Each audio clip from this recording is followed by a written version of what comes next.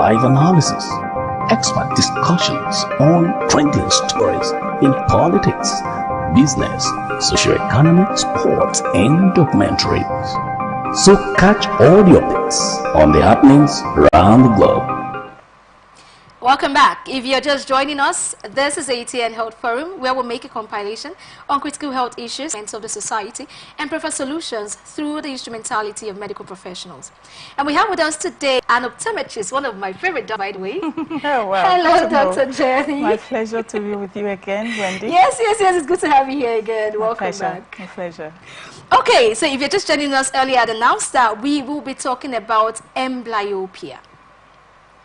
And that's what an average person calls lazy eyes. Yes. Folklore use eye.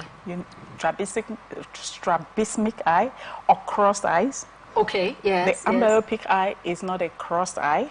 Okay. But it's a lazy eye, like you rightly said, caused by, it's actually potentially reversible, but it's a reduced vision time of the person's early childhood and all that. So it's a lazy eye. It is not a crossed eye. It's not a 4 o'clock eye. Even though the 4 o'clock or crossed or lazy or strabismic eye, as you know it, can result.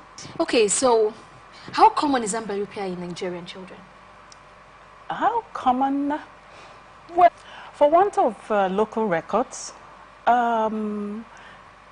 in the clinic, you can see out of every 100 patient or pediatric patient you see, like 2 or 3. That's like 2 to 3% of 100 percentile. So it's not a regular thing, but yes, you can. It's seen in the clinics, and usually it's when you conduct an eye test that you can observe that or some of the causes. And then I would love to ask, is amblyopia genetically, can it be genetically transferred? Yes, genetics has a role it plays in amblyopia, because most times if the parent passing the gene has had it in their early childhood, it's possible for that trait, that genetic or gene or whatever, to be transmitted to the offspring. It's part of the things that are heritable, just like refractive error is hereditary. So whatever genes that play out that causes a child to have a lazy eye, if it is born out of a strabismus or whatever, will eventually be transmitted through the genes. Okay. What's the difference between the lazy eyes and the crossed eyes or other related eye issues for children?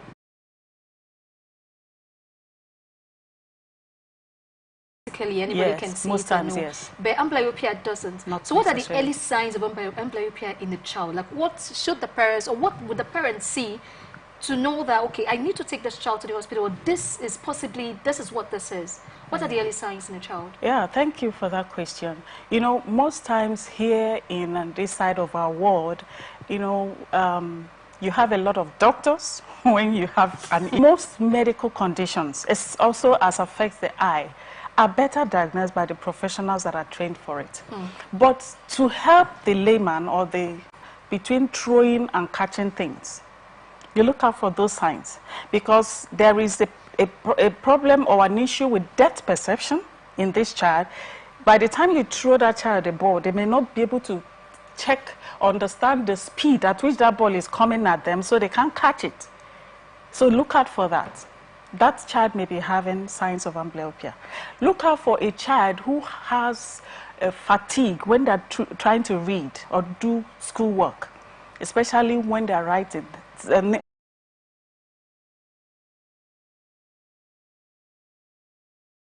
A child cannot see some object closer, or a child cannot see something that goes further. Yeah, so it makes it feel like there's a relationship between all the... They are all related. Remember, I said something about unattended refractive errors. Okay. That results to amblyopia. When it has lingered for a long time, yes, it can cause amblyopia. Now, for that child that it's... is every hospital, like every eye hospital, equipped with repair.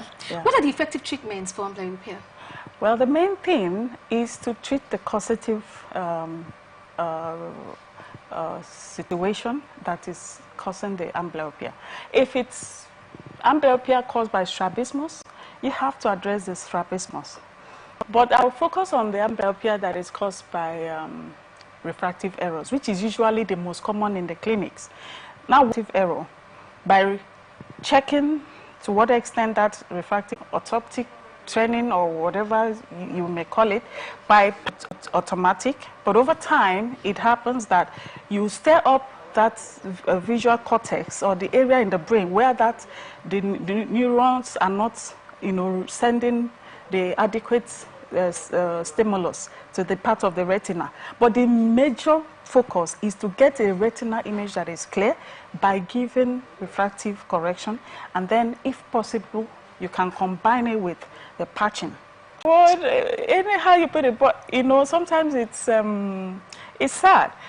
You take pains, like when I have treatment, this is an option and all that. Do you have any question?